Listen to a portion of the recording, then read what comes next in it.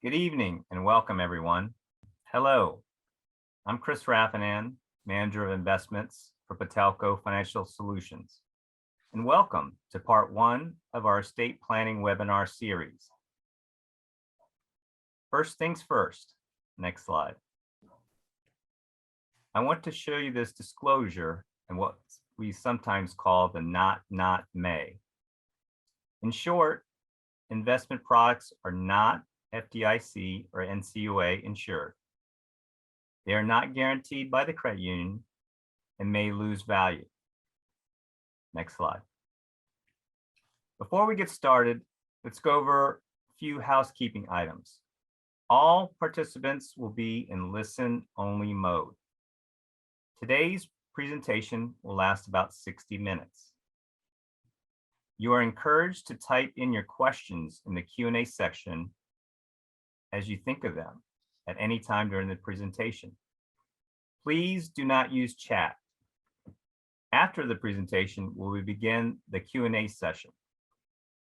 October is National Estate Planning Awareness Month. Tonight's presentation is all about the basics. Our guest speaker will cover living trusts, wills, advanced healthcare directives, and powers of attorney, among other things.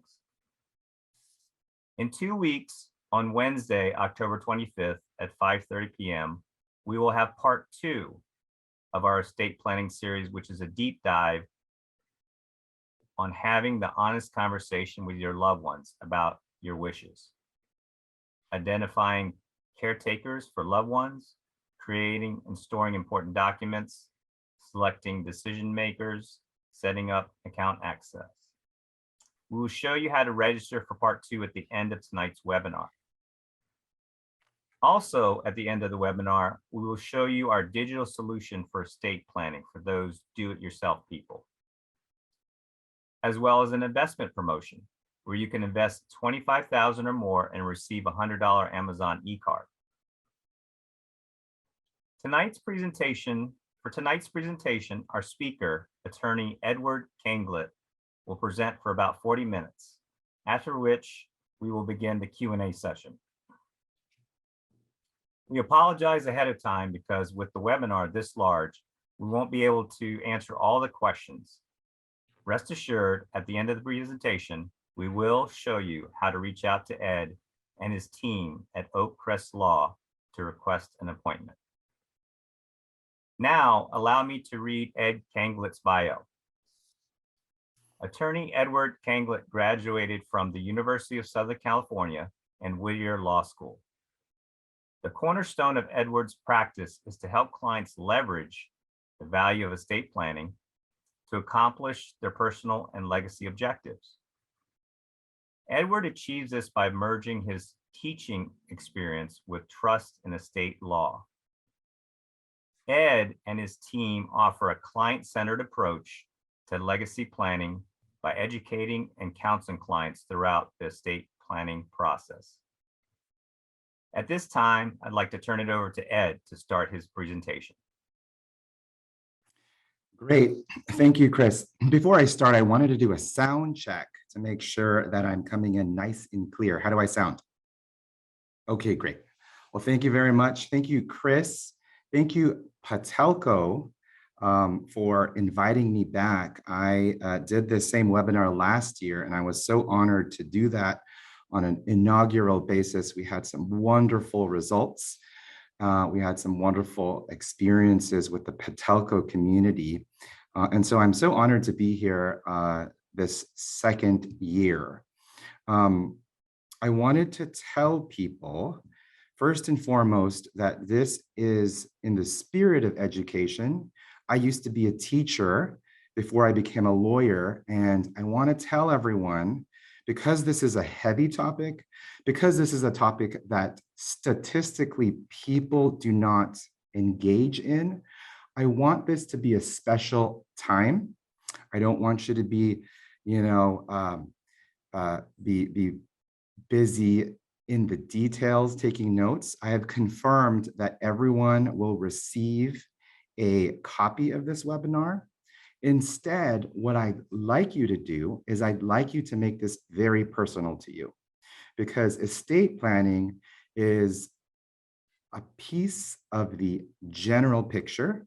I'd like you to take notes. I'd like you to personalize this. So, for example, if I talk about kids, if I talk about blended families, if I talk about special needs situations, I'd very much appreciate it for you to write those questions down. And just like Chris said, we will have a Q&A, but this is a large webinar. I believe it's the largest webinar in the series at Patelco. So I will make sure, and this is my promise to you, you can look me up. I will make sure that each and every one of you will have the ability to contact my office for an assessment call, and we can do a deeper dive with respect to your personal background and history. And that is my promise to you. Sounds good? Let's begin.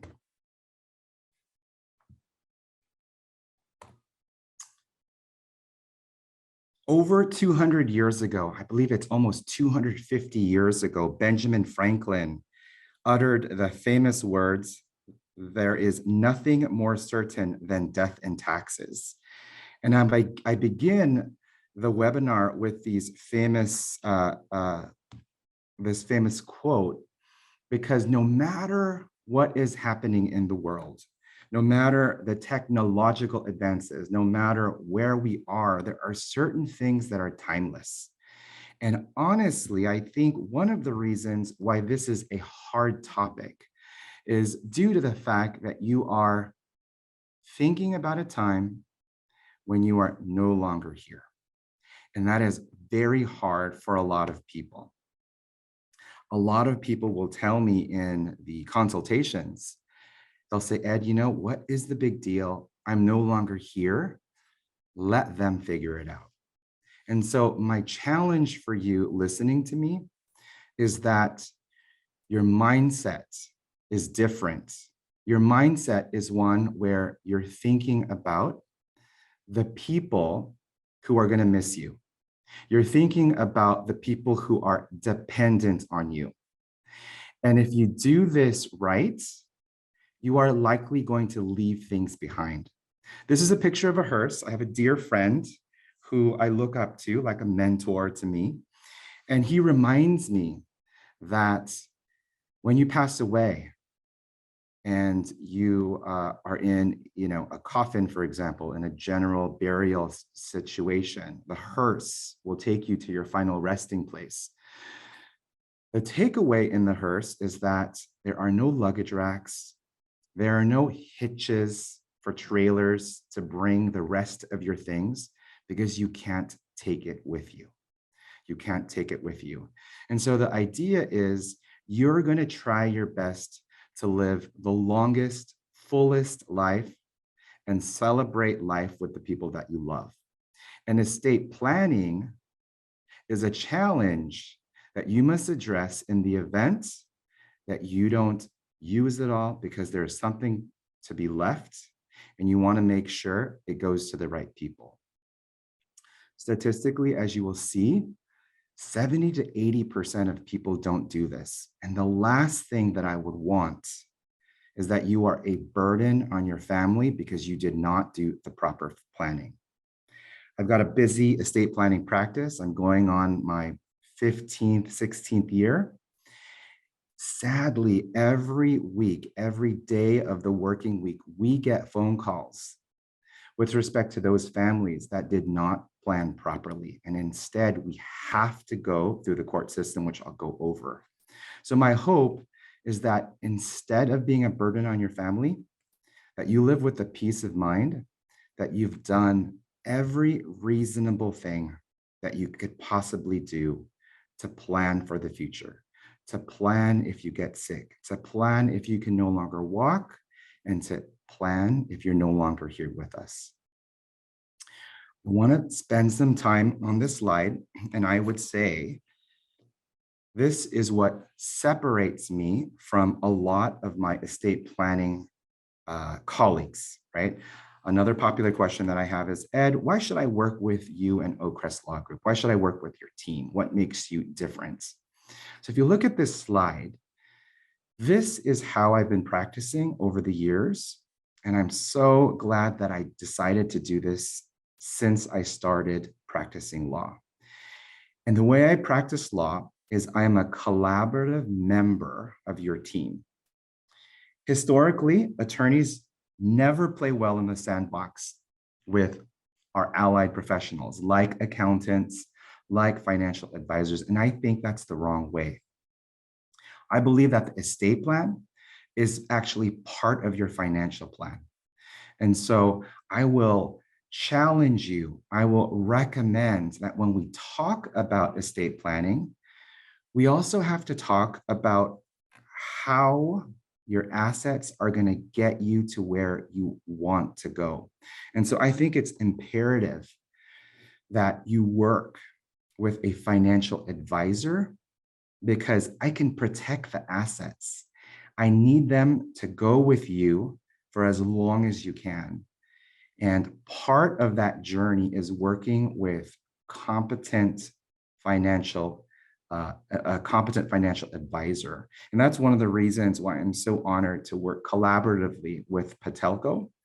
They have wonderful financial advisors that I've had the opportunity to work with, where we will work with you.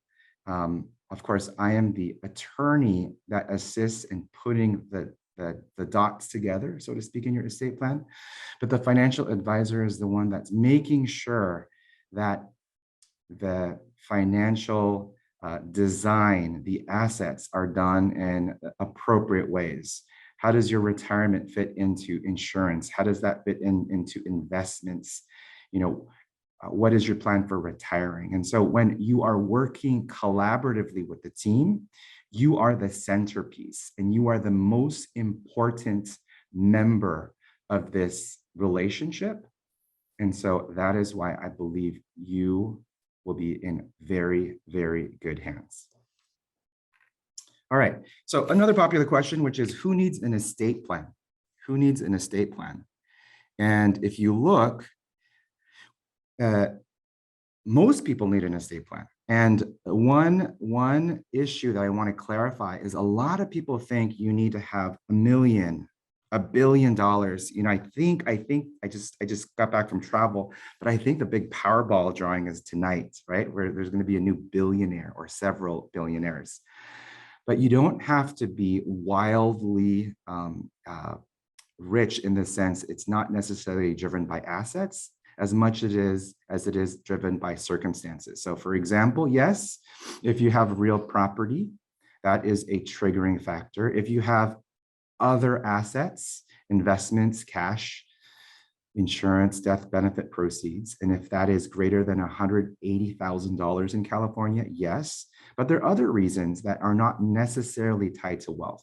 So if you have a minor child, if you are the guardian of your grandchildren, right? You need an estate plan that will say who's going to take care of them if you're no longer there, who's going to watch their assets because they're only 6 years old. Anyone who wants their assets to be transferred to a specific loved one. Now, the reason why that's important is if you don't make these decisions, the government will make them for you.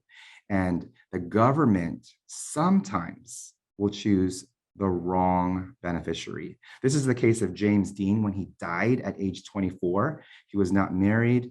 His mother had predeceased him, and he did not have any children. And because he did not have an estate plan, it went to the court system. The court system has already predetermined who your beneficiaries are if you don't choose. And the court gave everything to his father. And for a lot of you, that could be the right decision. Unfortunately, in the James Dean case, it was the wrong decision because his father had abandoned James Dean and the family when James Dean was young. So an argument can be made that the court decided to give to the wrong beneficiary. So if you want to give to a charity, if you want to give to just one child, if you wanted to rearrange the distribution. So this child who has special needs gets 75% and your other child gets 25% because your special needs child needs more support.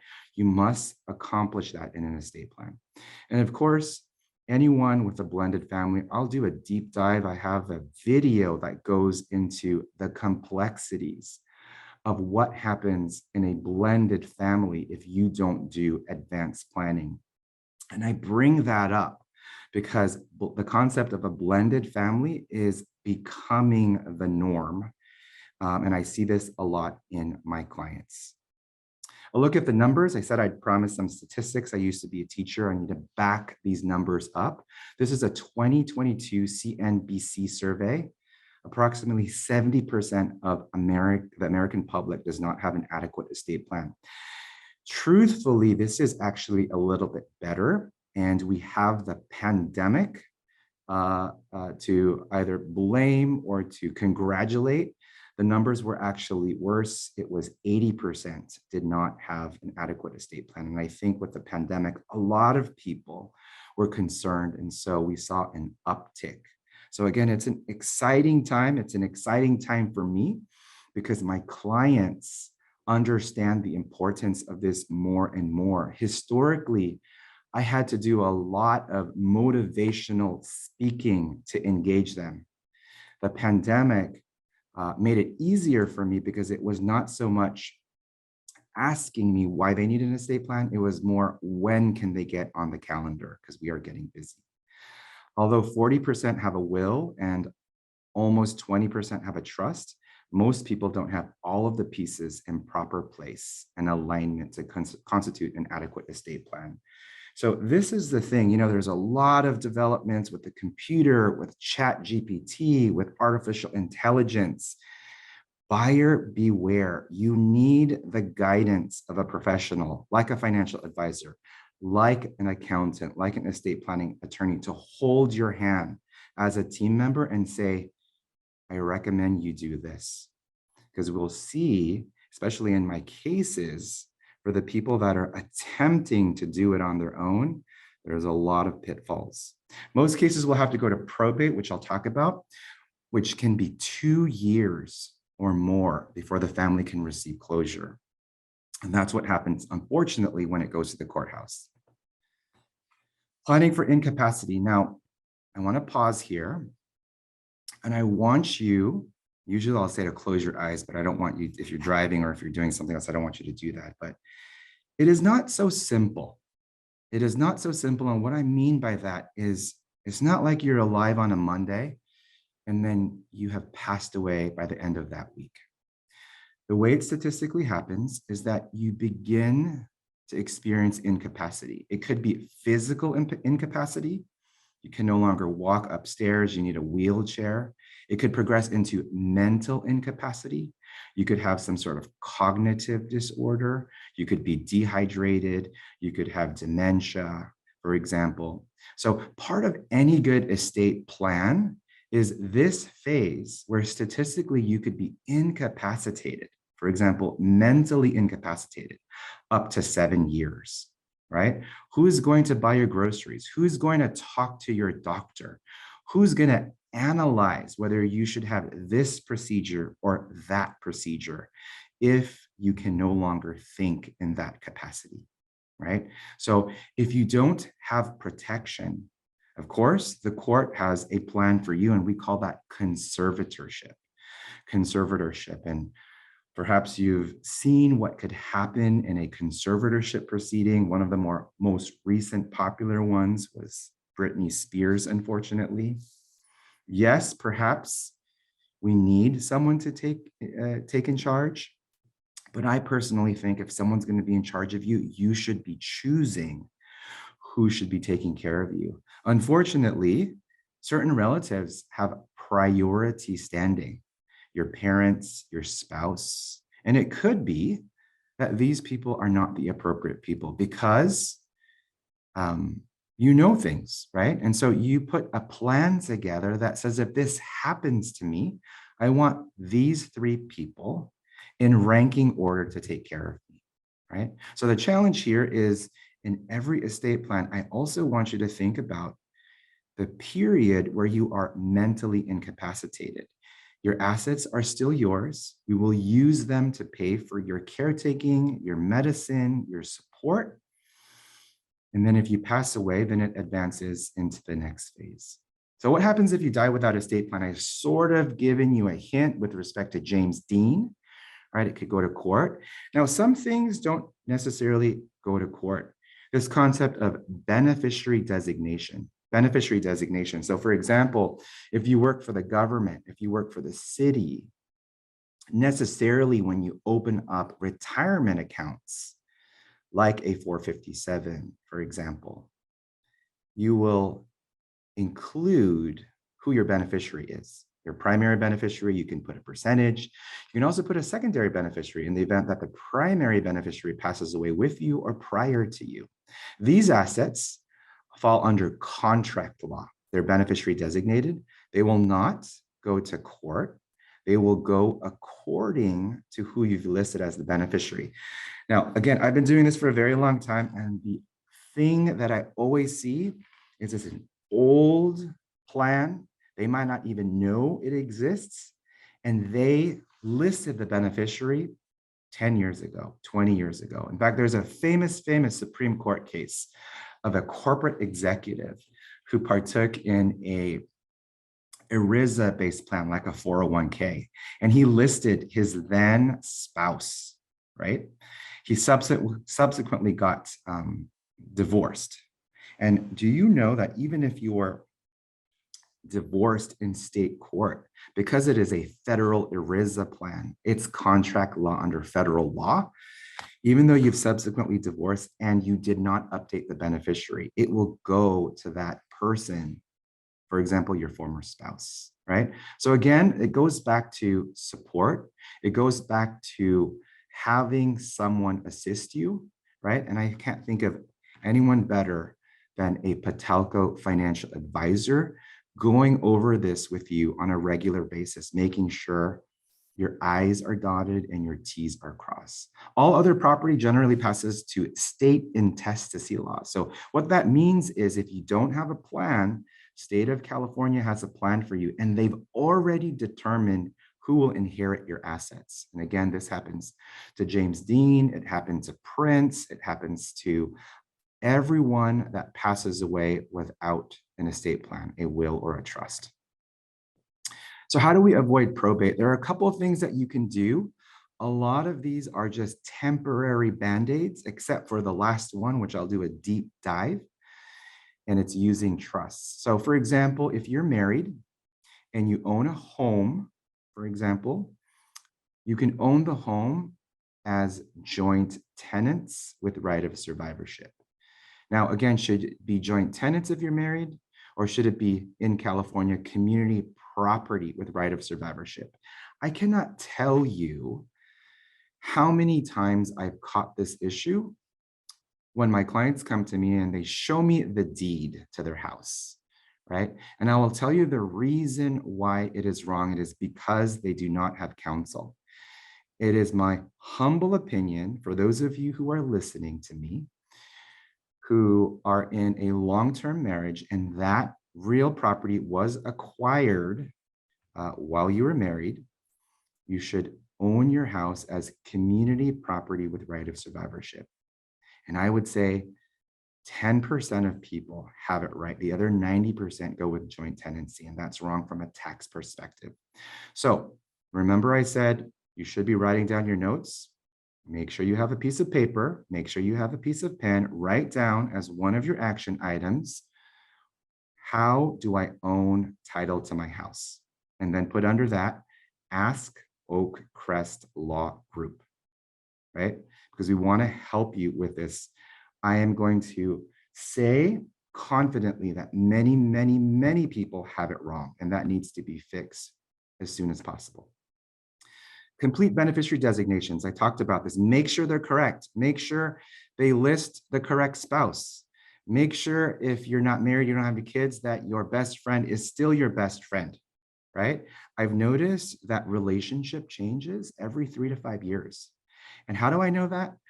I have a plan in my practice that if you have a trust that we created, you will get a call from us. If we haven't heard from you, of course, that says, hey, client, it's been 3 to 5 years. Let's have a chat about your decisions. Let's talk about certain tax updates. For example, we had Proposition 19 in California that drastically affected property taxes with respect to real property and residences when parents pass and give that to their children.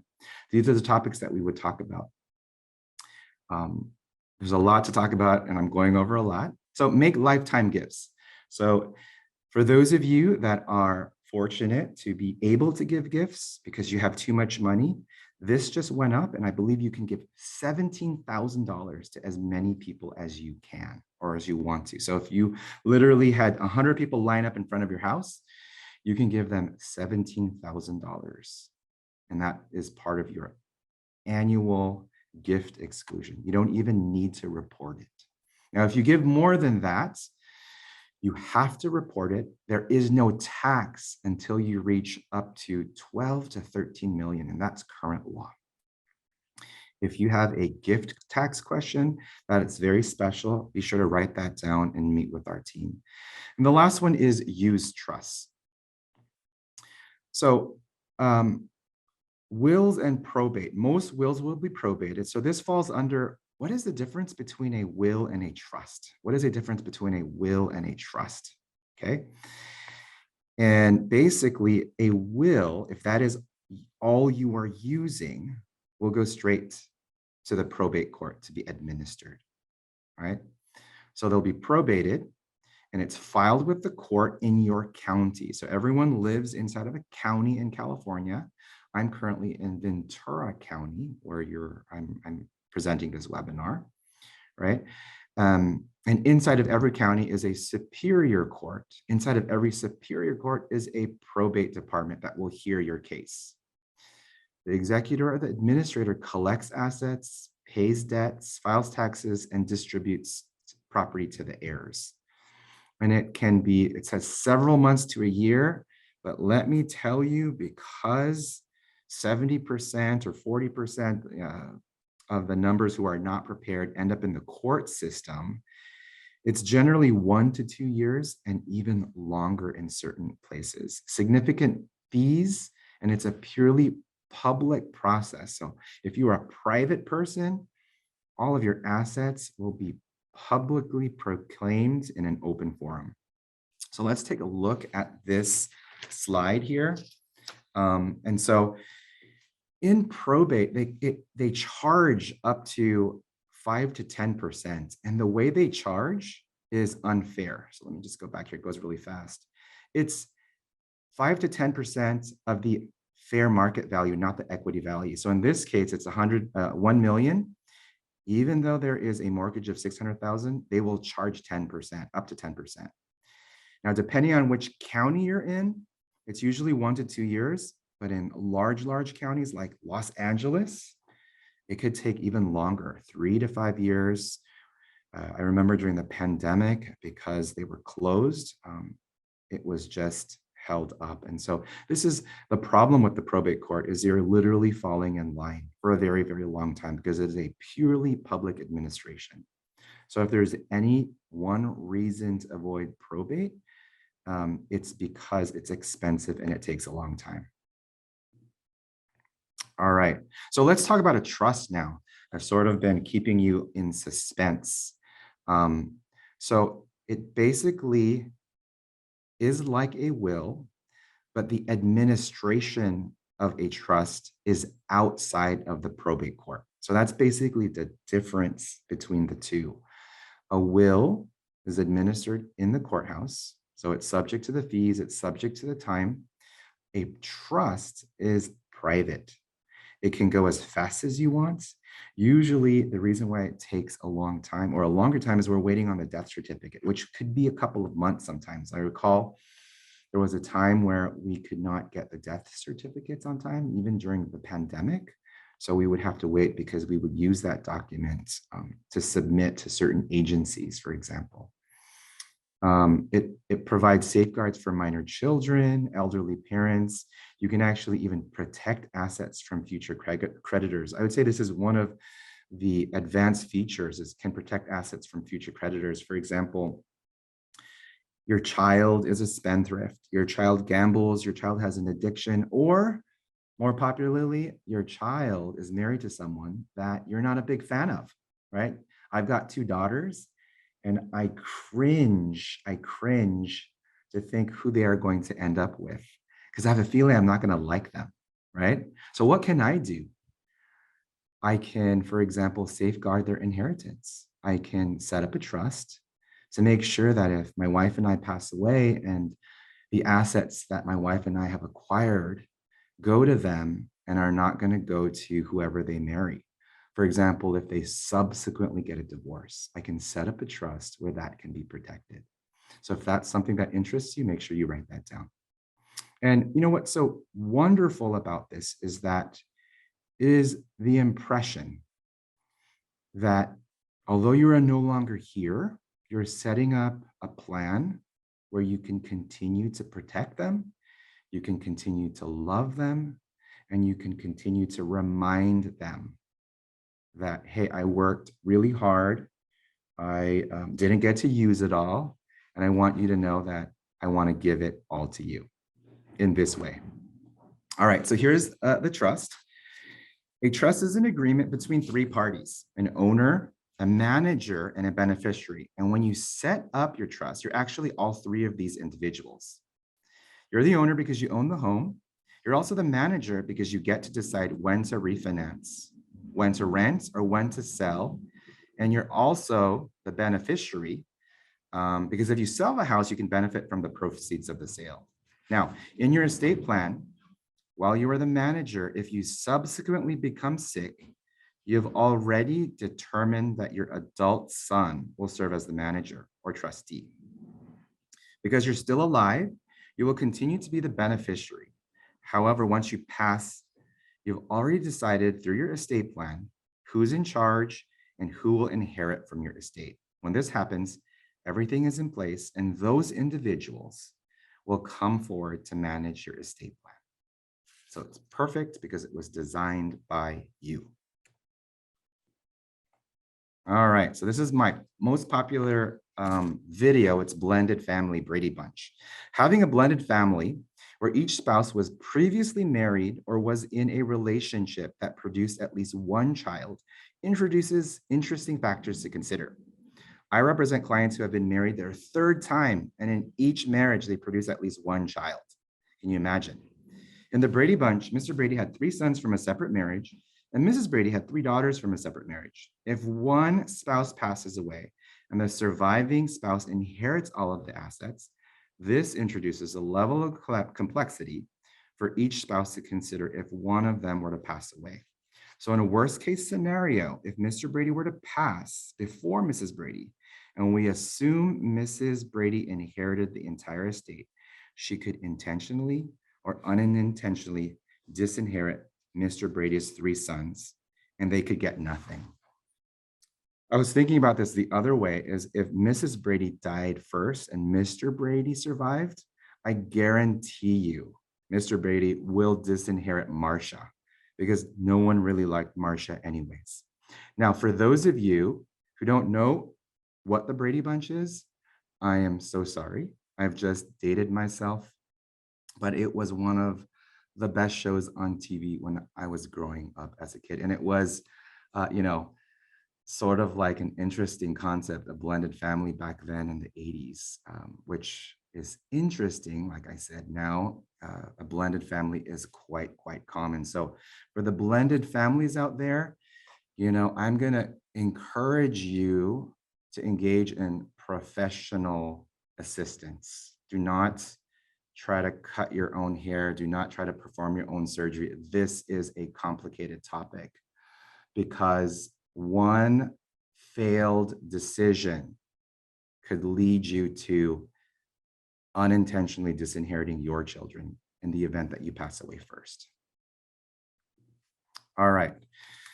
So I've got a bunch of things here because this is another popular question, which is, how can you do this? There's different ways to do it, right?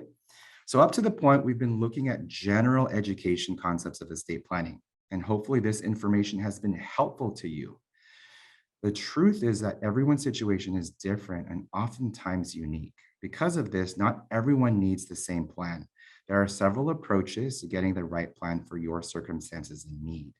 And so if you look at this slide, you may choose to do nothing. James Dean, Prince, these are individuals that left nothing. Statistically, out of the 70%, it's about 35 to 40% of people end up passing away and they do nothing. And we already know what will happen. Within the same arena of DIY, do it yourself. And I know that people are just engineered that way. So I have to just be open and honest because I know that you're going to do it.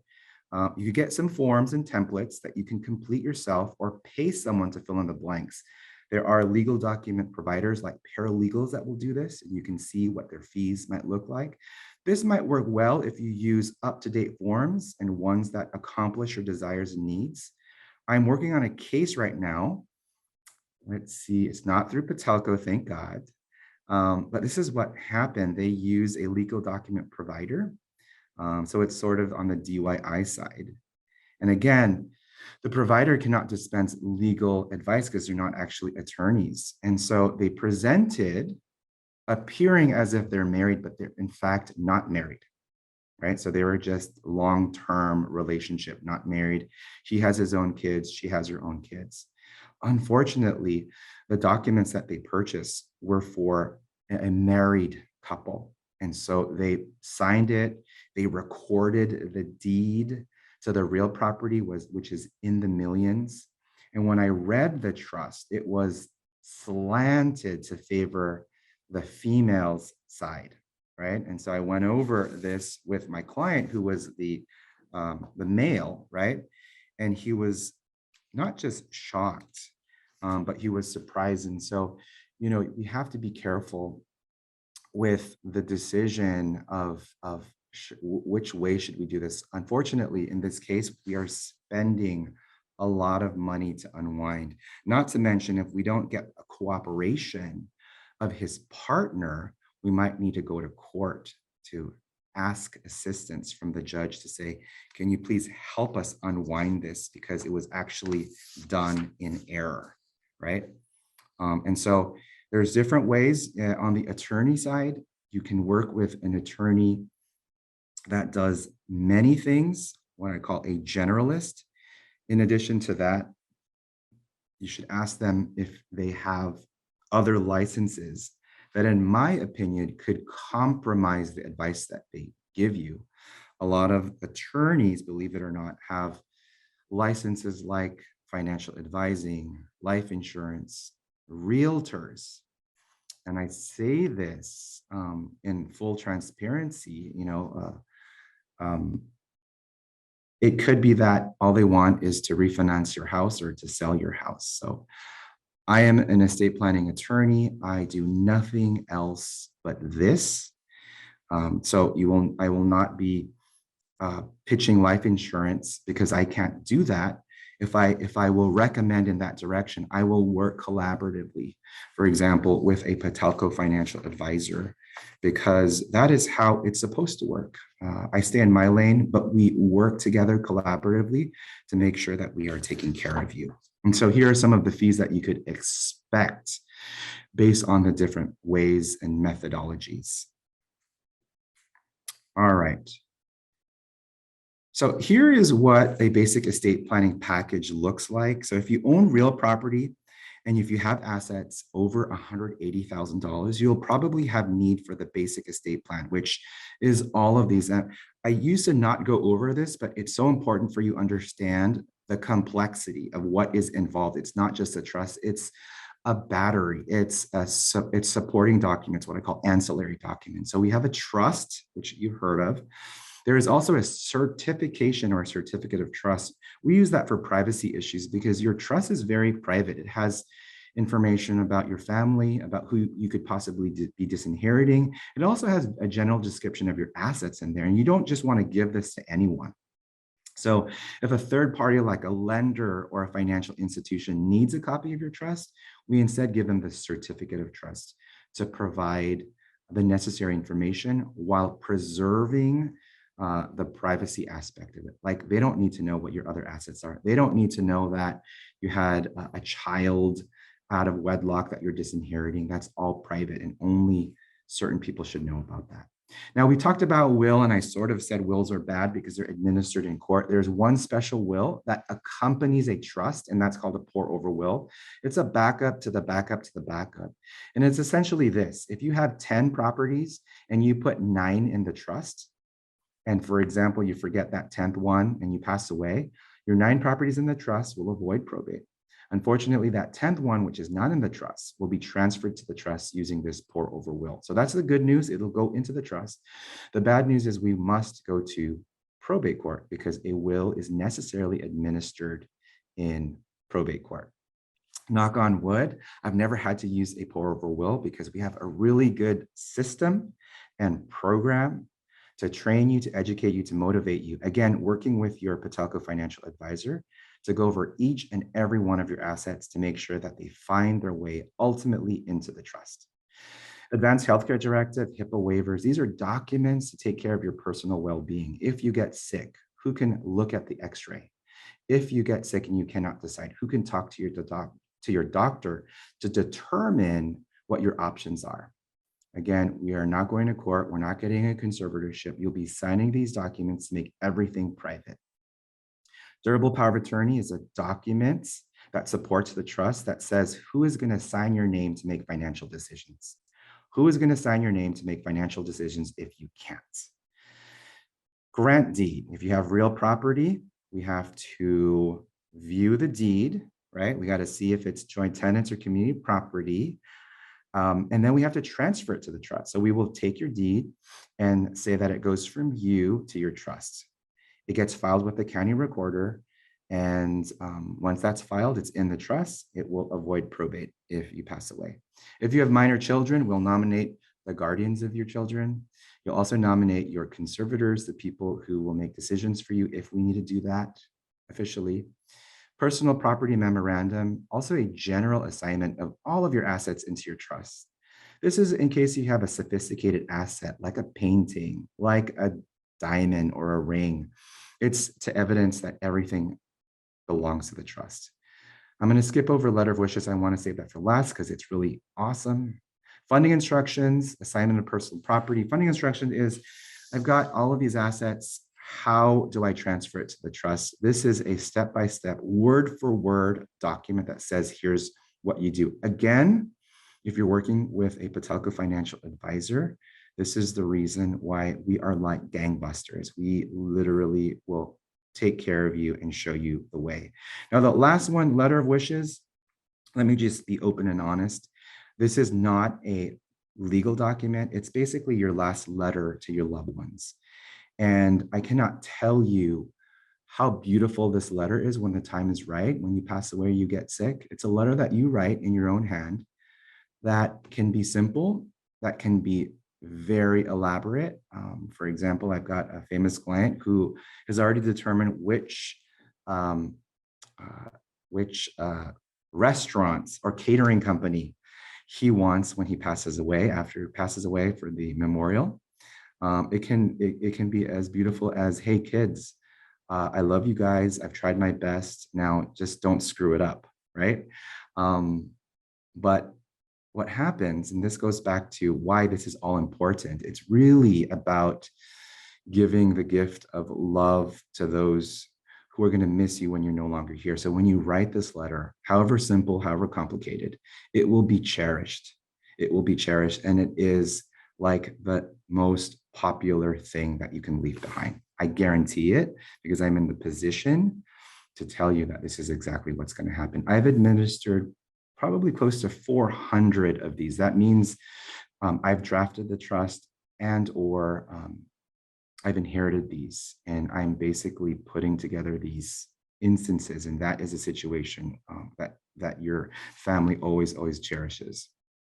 Okay, so here's what I want, and I'm going to slowly transition back to Chris. Now, the usual fee for everything in this package is $4,950. Patelco members will receive a 40% reduction if you schedule your assessment call before the end of the year.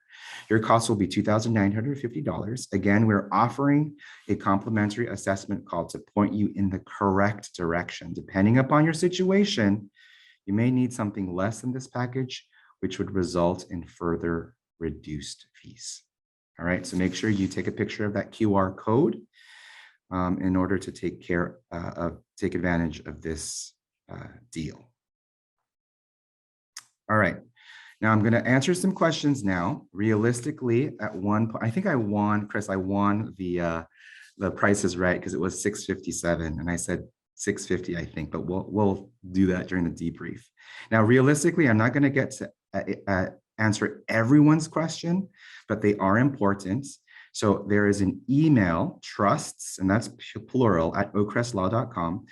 And for those of you that love the phone, I love the phone. There's a toll-free number, 800-631-1883. And then for my technologically savvy, there's a QR code, right?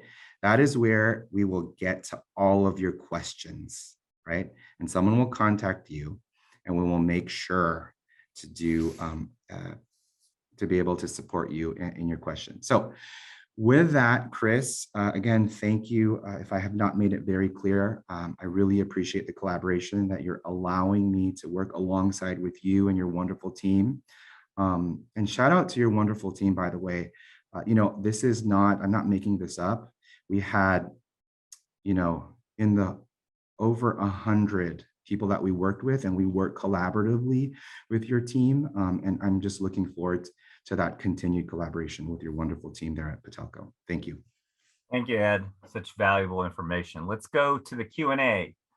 Here's some questions that were emailed in from members. Let's start with the first one. I don't have any family members that I trust. Who should I appoint to make financial decisions if I become sick? Yes. So this happens more often than you would think. And it's a situation where they don't have family, or else family is the worst group to trust, right? And so in California, there's actually a professional called a private fiduciary. So if you look at the California Private Fiduciary Association or California Fiduciary Association, you will see that they are professionals and they're licensed by the state of California. And they usually have insurance and they're bonded. And the ones that I've worked with have a lot of visibility with the court system because they're doing public work in the sense that they're assisting people that don't have these resources.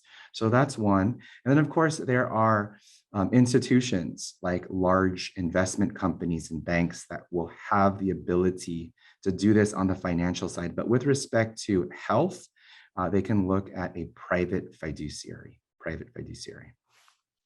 All right, here's another one from a member. I created a trust some time ago. How often do you recommend that I review and/or update my trust? So I recommend that you look at your trust every year and you see if your best friend is still your best friend. I call it, every Thanksgiving, you should figure out if your relationships have changed.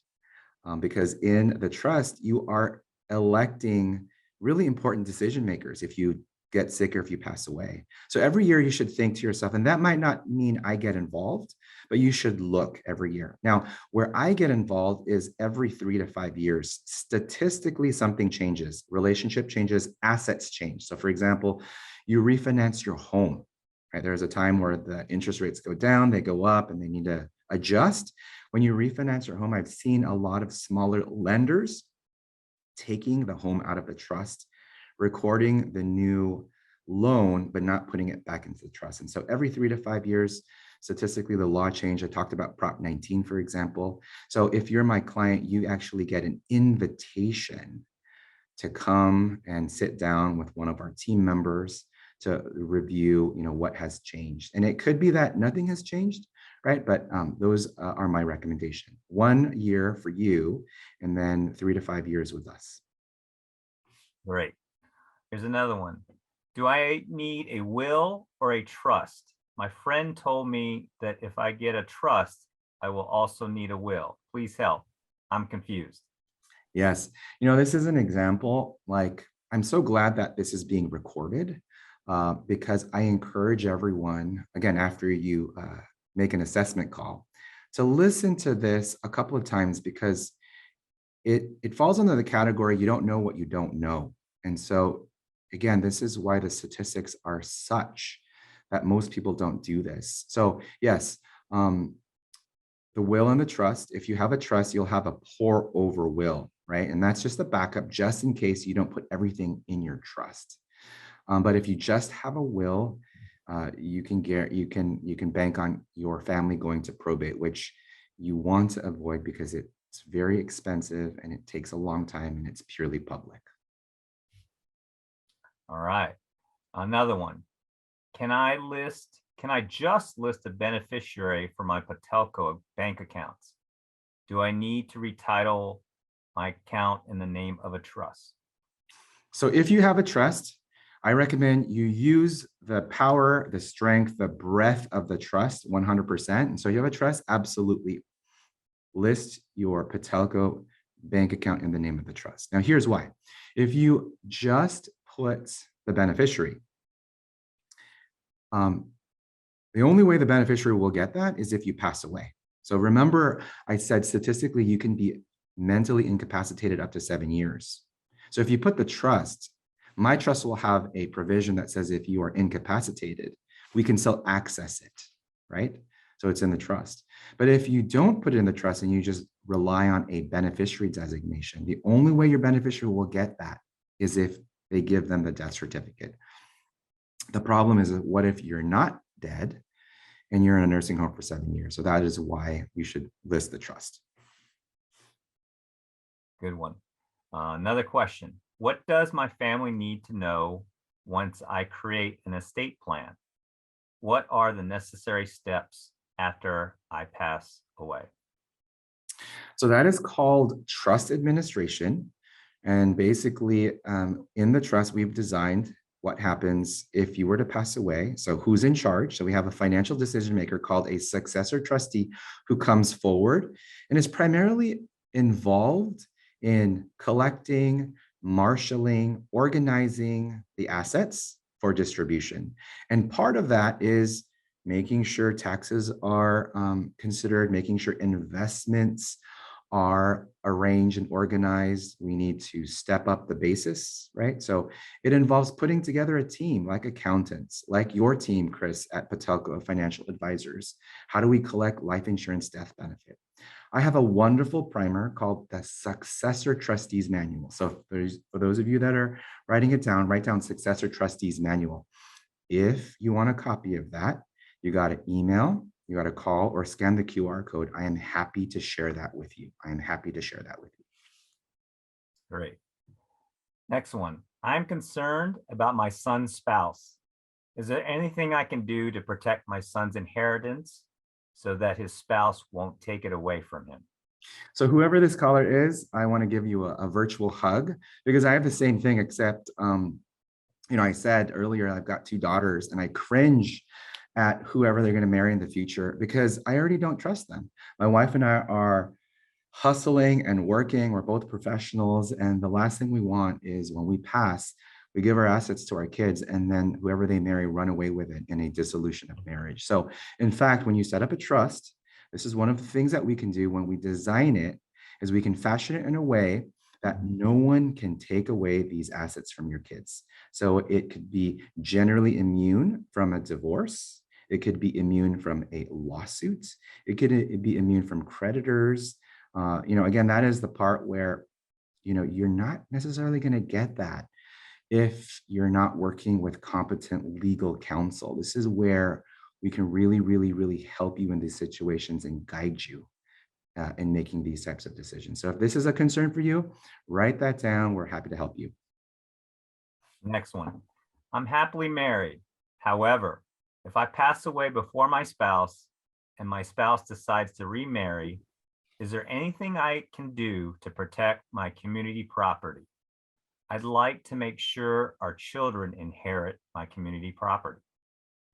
So this is really important in a blended family dynamic, for example. So Mr. Brady passes first.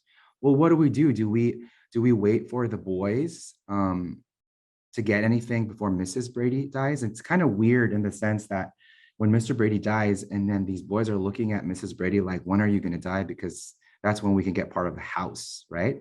So there are certain things that you can do. You can set up these sub trusts, for example, that when Mr. Brady passes first, certain amount gets segregated from the assets, and that could directly go to your kids, for example. Or if we needed to support the spouse, because we're not sure, it can be separately managed, right? So that it's not commingled with other assets. And if they get remarried, for example, so if Mrs. Brady marries the pool cleaner, right?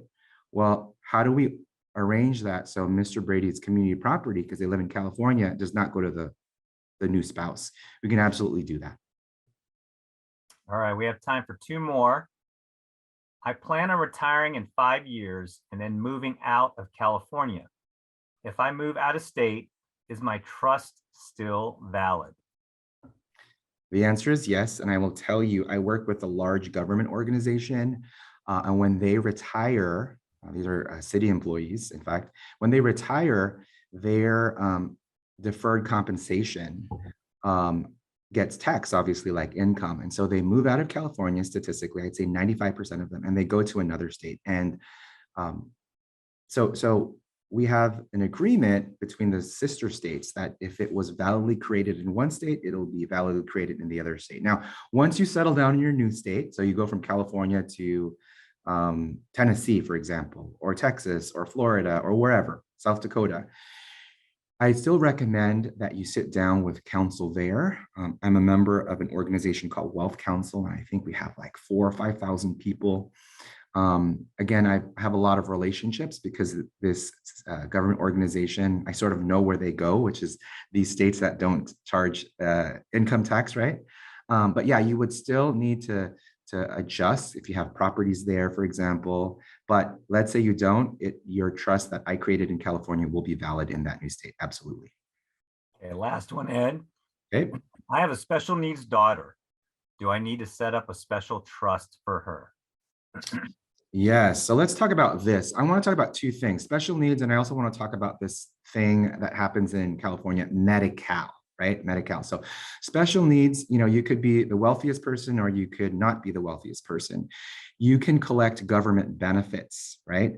And some of these government benefits you've paid into, for example, through Social Security. So the wealthiest people will still get it.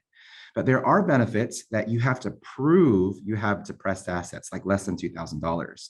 Now, the problem with a special needs individual, if they come into inheriting just $5,000, that's $3,000 more than the government allows, and they will be cut off from what they're receiving. So there is a way through a special trust, obviously, where you would give to your child who has special needs, where not only can they continue to collect from the government, but they also can collect from you in a supplemental fashion. So they'll be able to collect whatever it is they're used to collecting from the government. And if that is not enough, or if it is not being supported in a way, not competing, they can then go to the trust. So yes, yes, and yes. The other thing is Medi-Cal. So it's part of the federal Medicaid plan, right? So when you're older, you can qualify for it. Again, you have to have depressed assets, but you can still continue to have your personal residence. You will still continue. Now, it used to be that you had to do this very fancy planning so that if you passed away while collecting these Medi-Cal benefits, that they would not go after the house and take it away from your kids, right? So that law has been changed. That the only way the government can do that is if that house ends up in probate. The only way the government can do that, if you've been collecting Medi-Cal benefits, that they can get paid back, is they can only do that if that house ends up in probate. So you've learned today that you can avoid probate by putting that house in a trust. So you can continue to collect from Medi-Cal, pass away, the house will not be subject to this Medi-Cal situation. Well, thank you, Ed. Again, such valuable information for our Patelco members. So next slide. Okay. At the start of the webinar, we talked about a digital solution for do-it-yourselfers. If that interests you, here's the information. We'll drop the link into the chat and you'll find the page on patelco.org. Next slide. As Ed mentioned throughout the presentation, most people will need advice when investing. We have 11 registered financial advisors available to help you make those decisions. They can help you with tax-free income, retirement planning, retirement income, 401k and IRA rollovers, financial planning, life insurance, long-term care, and wealth transfer. They are available to meet with you either in person, over the phone, or virtually via Zoom. Our financial advisors have an encrypted version of Zoom for added online protection. We'll drop a link in the chat to help you locate a financial advisor assigned to your local branch to set up an appointment. Or contact me directly either by phone or email. Email is preferred, and we'll get you to the financial advisor in your area. If you contact me directly, please let me know what branch is most convenient for you. Next slide. Now let's talk about the promotion. Today and through the end of the year, you can receive a $100 Amazon e-card for investing $25,000 or more with Patelco Financial Solutions. Maximum of $100 reward per client per year. Next slide. Here's how you can register for Estate Planning Part 2, having an honest conversation with loved ones about your wishes. If you have your phone handy, take a photo of the QR code. This will get you to a site to register. Next slide. Lastly, on behalf of Ed Kanglet, myself, and the entire Patelco team, we want to thank you for attending tonight's webinar. Please check our website and join us for future webinars. And remember, wherever you are in your financial journey, Patelco is here for you. Thank you and good night.